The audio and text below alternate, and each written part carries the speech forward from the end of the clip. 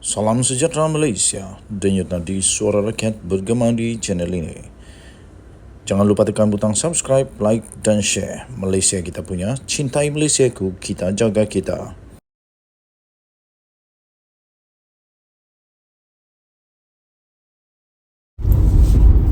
Salam sejahtera Malaysia, denyut nadi suara rakyat bergema di channel ini. Nampaknya Sanusi mendapat satu jawatan baru, iaitu Maharaja Fitnah. Nampaknya Sanusi dapat satu jawatan baru, dapat satu jolokan baru, dapat satu gelaran baru yang diberikan oleh Puan Zarkasi, iaitu Sanusi Maharaja Fitnah. Sanusi Maharaja Fitnah. Itu kata Puan Zarkasi. Dia kata Sanusi Maharaja Fitnah. Saya saksi hidup yang hadir di UNGA PBB, kata Dr. Puan Zarkasi. Baru sudah diterbitkan. Ini selepas Sanusi tiba-tiba mengeluarkan kenyataan kononnya Anwar tak dapat sambutan lah. Puan Zarkasi ada di sana tau. Sanusi ada dekat mana? Ada dekat mana? Aduh, astagfirullah. Itu kata hati nurani saya bila mendengar komen daripada Sanusi mengenai ucapan Anwar Ibrahim di UNGA ke-78 di New York baru-baru ini. Saya hadir di UNGA tersebut. Saya saksi hidup. Saya di dalam Dewan Persidangan Utama PBB. Saya duduk di kerusi VIP bersama dengan Datuk Nazri Aziz dan Datuk Sarkar. Bahkan saya hadir 3 hari berturut-turut dari Selasa hingga Khamis mendengar ucapan ketua-ketua negara lain sebelum PM10 PM Malaysia Datuk Seri Anwar Ibrahim berucap pada hari Jumaat. PM10 telah diberikan 9 kali tepukan gemuruh. 9 kali tepukan gemuruh dalam ucapan selama 15 minit saja itu. Mukadimah sahaja dapat tepukan gemuruh bila PM10 sentuh perang Rusia-Ukraine yang beri kesan buruk kepada global. Adi Awang pernah tak berucap dekat PBB? Muhyiddin pernah tak? Tak payahlah tanya Sanusi. Sanusi berucap dekat kampung je lah.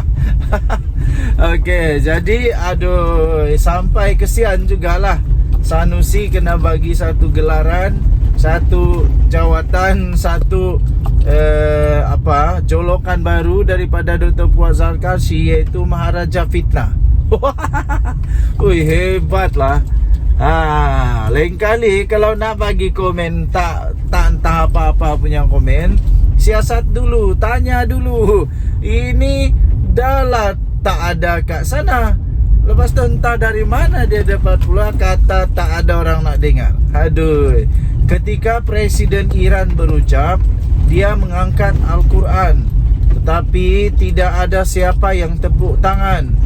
Ucapan Presiden Amerika juga tiada sambutan dari perwakilan. Perdana Menteri New Zealand beritahu dia rasa lega kerana orang ketiga berucap selepas Anwar. Dia rasa tenggelam jika berucap selepas Anwar. Aduh, kantoi habis Sanusi kali ni. Tak malu kah kena bagi gelaran baru daripada Dr. Puan Zarkasi? Sampai gelaran tu pula luar biasa gelarannya, iaitu gelaran itu diberi nama Maharaja Fitnah. Dalam 15 minit itu PM10 sentuh perang Rusia dan Ukraine, Palestin, Myanmar, Islamofobia, low carbon and renewable energy roadmap oleh Malaysia, dan racism bentuk baru. Itu dia.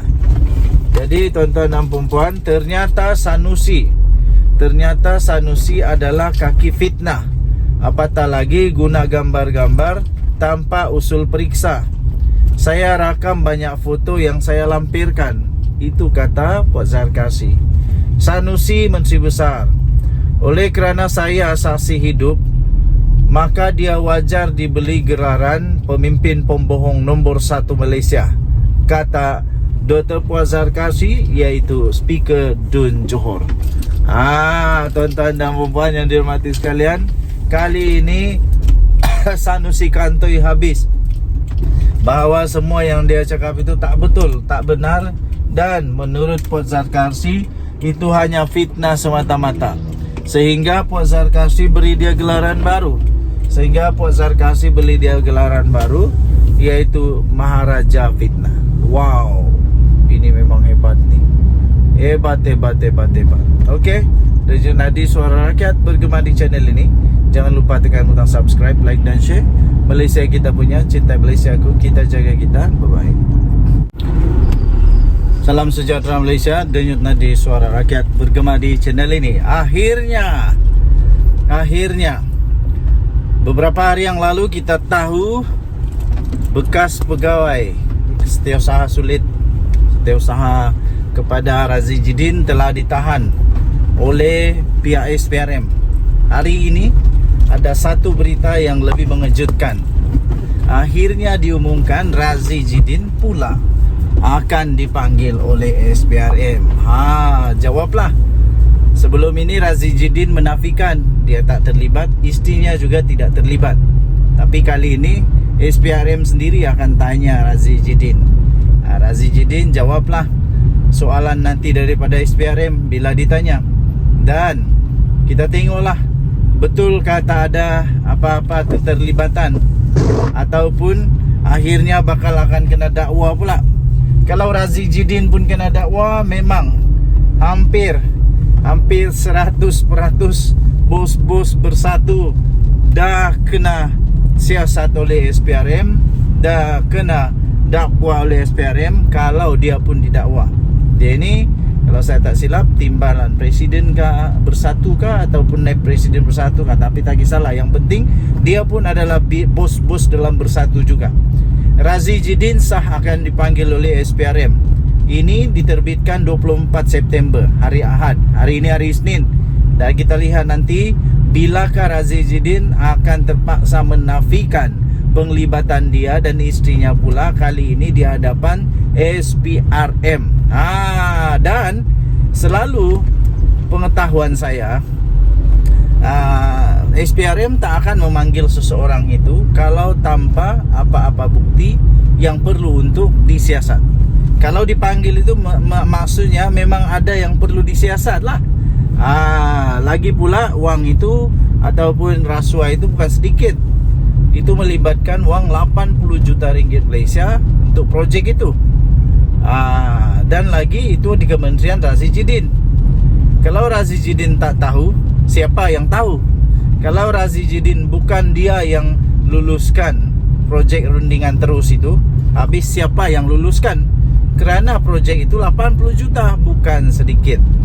Bekas Menteri Pendidikan Datuk Razi Jidin akan dipanggil oleh SPRM, Suruhanjaya Pencegahan Rasuah Malaysia, bagi membantu siasatan berhubung projek membabitkan percetakan buku JKAF untuk prasekolah bernilai kira-kira 80 juta ringgit Malaysia. Perkara itu disahkan sendiri oleh Ketua Pesuruhjaya SPRM, iaitu Tan Sri Azam Baki, ketika beliau dihubungi oleh BH pada hari ini. Beliau bagaimanapun memberitahu pada ketika ini siasatan lanjut mengenai kes itu masih berjalan. Katanya ada kemungkinan dipanggil, tetapi bukan sekarang, katanya.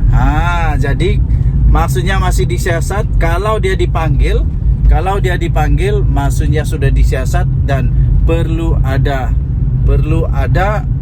sesuatu untuk disiasat.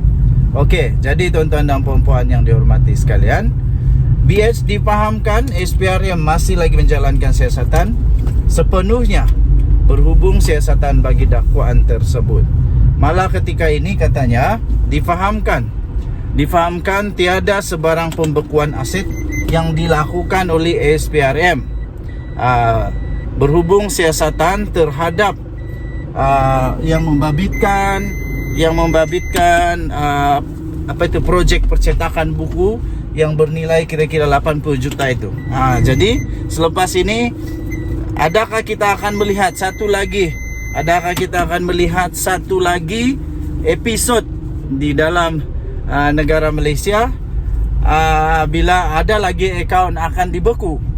Tak mustahil kalau akaun dia pun dibeku lagi. Jangan pula selepas ini akaun bersatu kena beku lagi. Takkanlah setiap kali pun akaun bersatu kena beku, kan? Okey, jadi setakat ini difahamkan tiada sebarang pembekuan aset yang dilakukan oleh SPRM, walaupun 2 individu sudah pun ditahan semalam.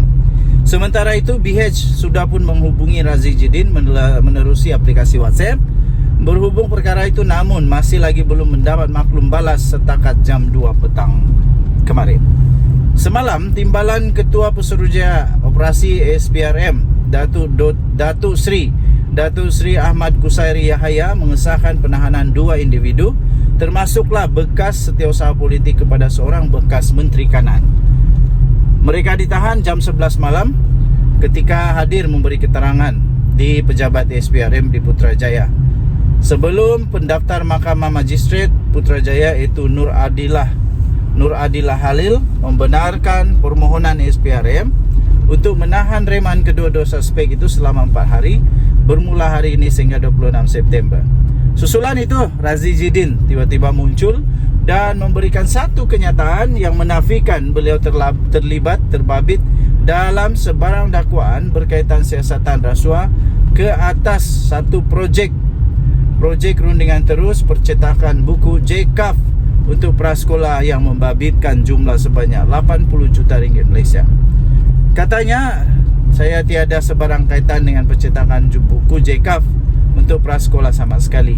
Saya tiada sebarang kaitan dengan syarikat OTR1 dan On and Only tersebut, katanya. Tambahnya lagi, isterinya pun tiada sebarang kaitan dengan syarikat ATR1 and Only tersebut.